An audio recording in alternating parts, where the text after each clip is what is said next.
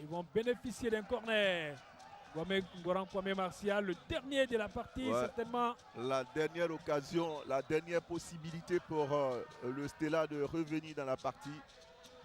Et ça sera un corner rentrant. Vous savez, le Stella, avec le Stella n'est pas vraiment fort.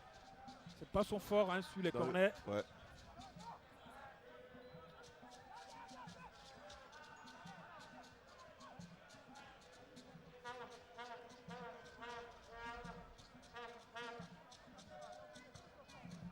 Un arrêt de jeu ici.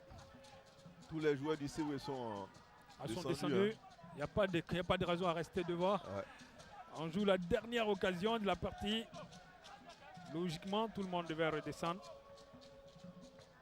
C'est ce qui est fait.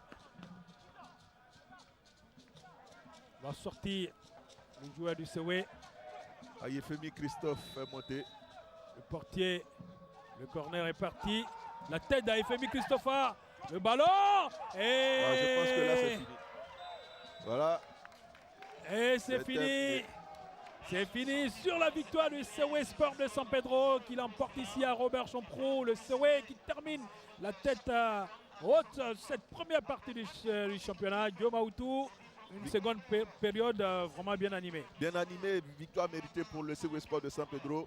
Le Stella doit s'en prendre qu'à lui-même et surtout à son attaquant Wassiou qui a eu les meilleures occasions. Et puis on parlera encore de ce penalty détourné par Bobo Sylvain.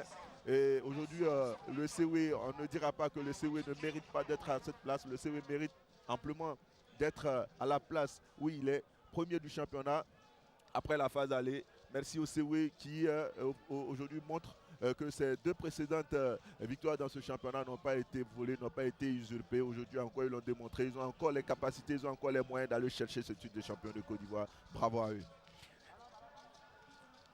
Le calvaire continue hein, pour le Stella Club d'Adjamé. Le Stella, 4 matchs, 4 défaites. Il faut le faire. Le Stella est dans le noir, comme on dit chez nous.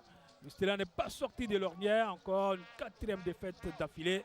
On va se poser beaucoup de questions. On va s'asseoir pour réfléchir à tout ça. Le temps de la trêve, ça dure 3 semaines jusqu'au 22. Nous, le temps de vous retrouver le 22. On vous retrouve tout de suite. On va dire merci à Guillaume Aoutou. Merci à vous, pour cette compagnie. Ouais. On vous retrouve tout à l'heure aux abords de la pelouse pour les interviews d'après-match. Merci et à tout à l'heure.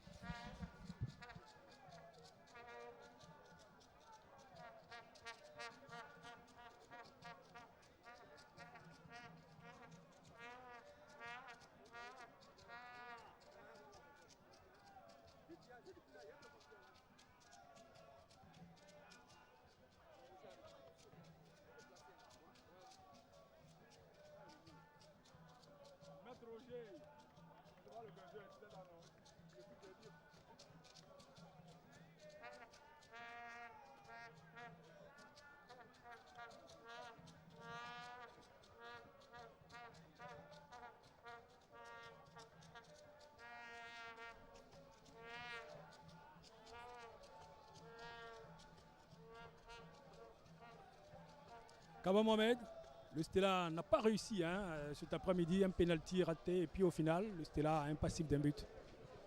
On peut constater les dégâts. C'est dans ces genres de matchs où on joue avec le leader.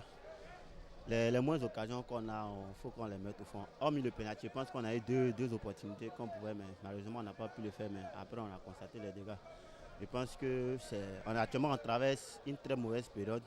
La trêve vient à point nommé pour nous. On pense qu'on va essayer de se ressourcer et puis essayer de travailler plus pour pouvoir réjaillir en seconde partie du championnat.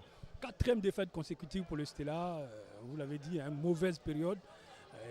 La suite maintenant, après la trêve, c'est quoi pour le Stella? Non, il ne faudra plus qu'on se pose des questions. On a grillé tous nos jokers. On devra cravacher vraiment dur pour pouvoir remonter dans ce championnat. Parce que le rang que nous occupons n'est pas honorable. Ce n'est pas la place du Stella. Donc on n'a plus de questions à se poser.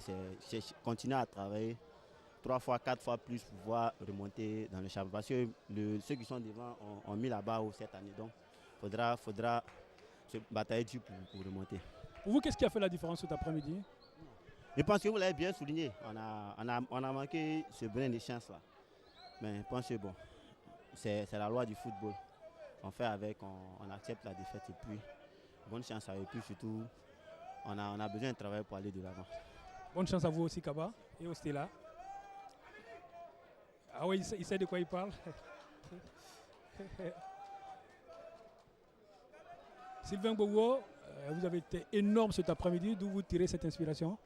Vu que j'ai besoin d'un moment de doute, voilà, je me devais me racheter pour les matchs que j'ai fait. Voilà, donc c'est pour ça que j'ai essayé de faire mon mieux. Voilà, ça m'a réussi ce soir. Je remercie le Dieu qui m'a aidé pour ce match-là.